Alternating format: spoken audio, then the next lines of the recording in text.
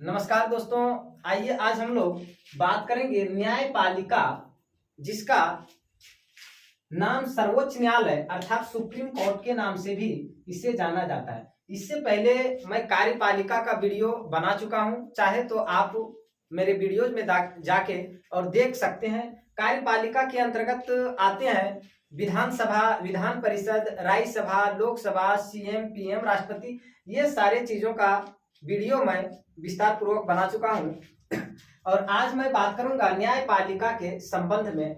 न्यायपालिका जिसे सर्वोच्च न्यायालय कहा जाता है या इसको उच्चतम न्यायालय भी बोला जा सकता है। उच्च न्यायालय हाईकोर्ट को, लेकिन उच्चतम न्यायालय इसी को बोला जा सकता है। इसका एक और नाम होता है उच्चतम न्यायालय। उच्चतम न्यायालय, उच्च न्यायालय नहीं याद रखिएगा, उच्च न्यायालय ये हाईकोर्ट हो जाता है, उच्चतम न्यायालय सुप्रीम कोर्ट होता है। तो हम लोग जानते हैं कि ये भाग 5 में है। कितने में है? भाग 5 में है। और अनुच्छेद 124 से लेकर के अनुच्छेद 147 तक ये हमारे भारत के संविधान में सर्वोच्च न्यायालय न्यायपालिका के बारे में बताता है। जानते हैं न्यायपालिका के अंग।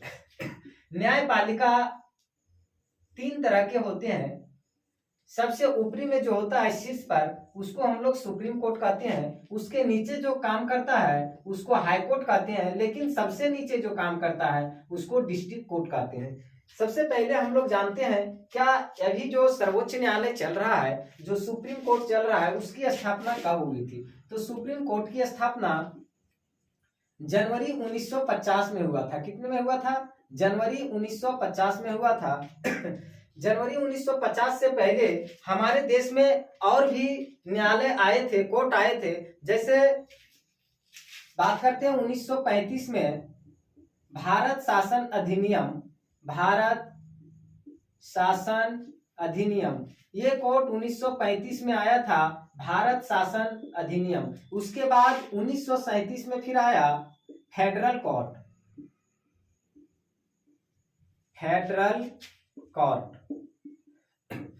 अब फेडरल कोर्ट के बाद फिर आया सुप्रीम कोर्ट, जिसकी स्थापना 1950 में किया गया था। अब ये जो सुप्रीम कोर्ट का प्रथम मुख्य न्यायाधीश है, यानी प्रथम सीजेआई है, वो कौन थे? प्रथम CJI chief justice of India, इसका नाम था हीरालाल जे कानिया। हीरालाल जे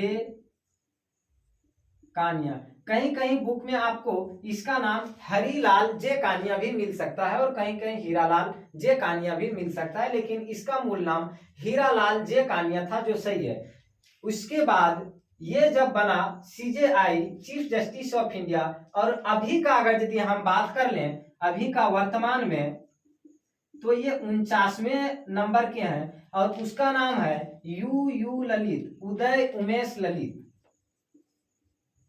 और 48वें थे, 48वें इसके पहले कौन थे? तो 48वें chief justice of India N V. Ramana थे, एन.वी. रमन्ना थे। ये 1950 में जब स्थापना बना, तो कहा जाता है कि जब जितने भी जजेज होते थे इसमें, मुख्य न्यायाधीश और अन्य न्यायाधीश, इसका जो नियुक्ति किया जाता था वो राष्ट्रपति करता था और सलाह मशवरे से कर लिया जाता था। लेकिन अभी जो है वो सिस्टम बदल चुका है, अभी उस तरह से नहीं होता है। तो आइए अब हम लोग जानते हैं कि जिस समय ये बना उस समय न्यायाधीश की संख्या कितनी थी और अभी न्यायाधीश की संख्या कितनी है, इसको विस्तार पूर्वक हम लोग इस वीडियो में जानेंगे। पहले न्यायाधीश 1950 में सुप्रीम कोर्ट में न्यायाधीशों की संख्या, न्यायाधीशों की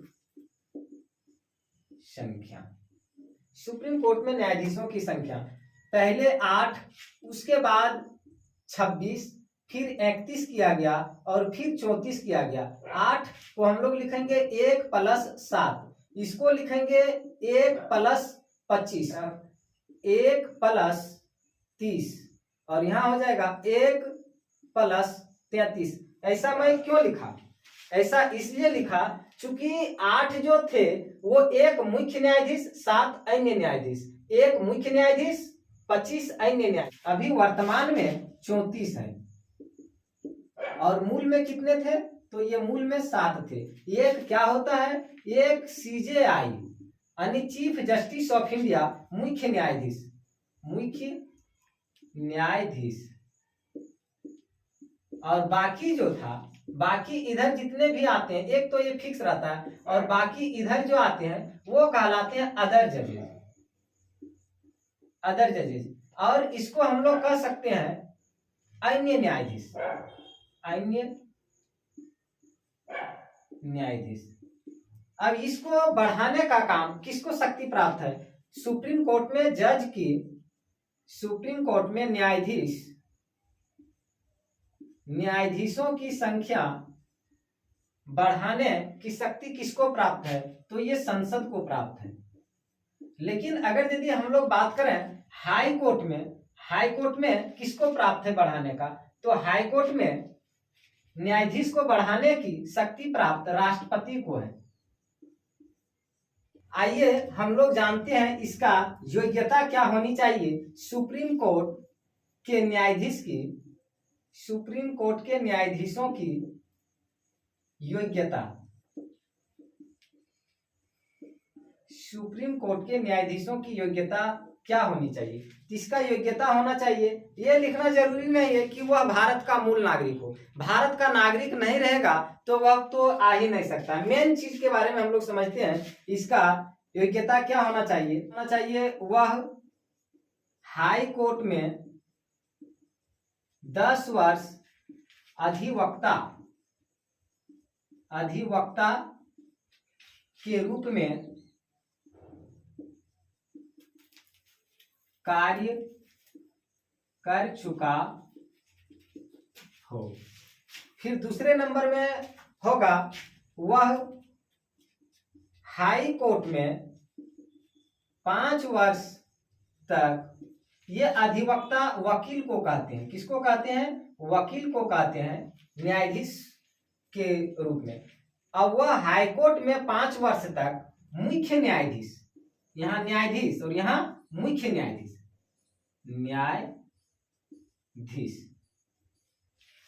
वह हाई कोर्ट में 5 वर्ष तक मुख्य न्यायाधीश के रूप में कार्य कर चुका हो।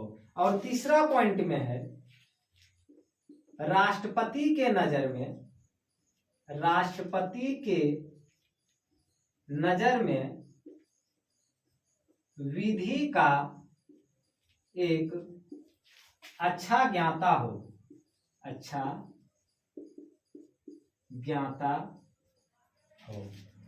देखिए इसका योग्यता में होता है वह हाई कोर्ट में 10 वर्ष तक न्यायाधीश यानी अधिवक्ता वकील के रूप में कार्य कर चुका हो, या अगर यदि वह 10 साल तक हाई कोर्ट में वकील नहीं भी रहा है लेकिन 5 वर्ष तक जज के रूप में काम कर चुका हो, यानी मुख्य न्यायाधीश के रूप में अगर यदि वह काम 5 वर्ष तक कर चुका हो, फिर भी वह सुप्रीम कोर्ट का न्यायाधीश या मुख्य न्यायाधीश बन सकता है। और अगर यदि हाई कोर्ट में 10 वर्ष तक वो न्यायाधीश के रूप में, न्यायाधीश अगर यदि रहेगा तो 10 वर्ष जरूरी है हाई कोर्ट में, और मुख्य न्यायाधीश के रूप में रहेगा तो 5 साल तक ही जरूरी है। और अगर यदि ये दोनों क्राइटेरिया नहीं भी है, लेकिन अगर यदि वह राष्ट्रपति के नजर में विधि का एक अच्छा ज्ञाता हो, फिर भी बन सकता है। लेकिन आज तक ये इस वाली कंडीशन से एक भी सुप्रीम कोर्ट में न्यायाधीश नहीं बना है। और इससे 95% जो बनता है वो 95%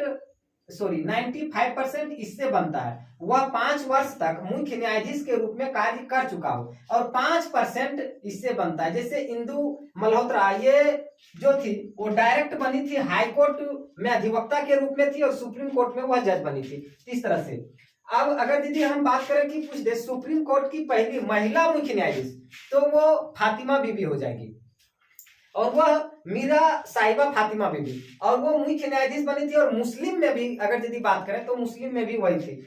अब आइए थोड़ा सा इसका जान जाते हैं हम लोग। आइए जानते हैं वेतन। तो सुप्रीम कोर्ट और हाई कोर्ट के मुख्य न्यायाधीश और न्यायाधीश का पेमेंट कितना होता है? तो सुप्रीम कोर्ट में जानते हैं एक होता है मुख्य न्यायाधीश और बाकी अन्य न्यायाधीश। और उसी तरह से यहाँ भी एक होता है मुख्य न्यायाधीश और इधर होता है अन्य न्यायाधीश। अन्य न्यायाधीश, इसको इंग्लिश में हम लोग CJI chief justice of India कहेंगे और इसको अदर जजेस कहेंगे। इसको कहेंगे chief justice of high court और इसको अदर जजेस कहेंगे। इसका जो सैलरी होता है वो 2,80,000 रुपये होता है और इसका जो सैलरी होता है वो 2,50,000 रुपये होता है। लेकिन इसका सैलरी जो सर्वोच्च न्यायालय के न्यायाधीश का जो सैलरी होता है उसके बराबर हाई कोर्ट के मुख्य न्यायाधीश का सैलरी होता है। इसका भी सैलरी 2.5 यानी 2.5 लाख होता है और इसका सैलरी 2.25 लाख होता है। उम्मीद करते हैं ये पार्ट आपको समझ में आया होगा। नेक्स्ट में हम लोग बात करेंगे इससे और भी किस प्रक्रिया द्वारा कॉलिजन पद्धति क्या होता है, MOP क्या होता है, इन सब तमाम चीजों के बारे में। वीडियो अच्छा लगे तो अपने 2-4 दोस्तों के पास भी शेयर करें। धन्यवाद।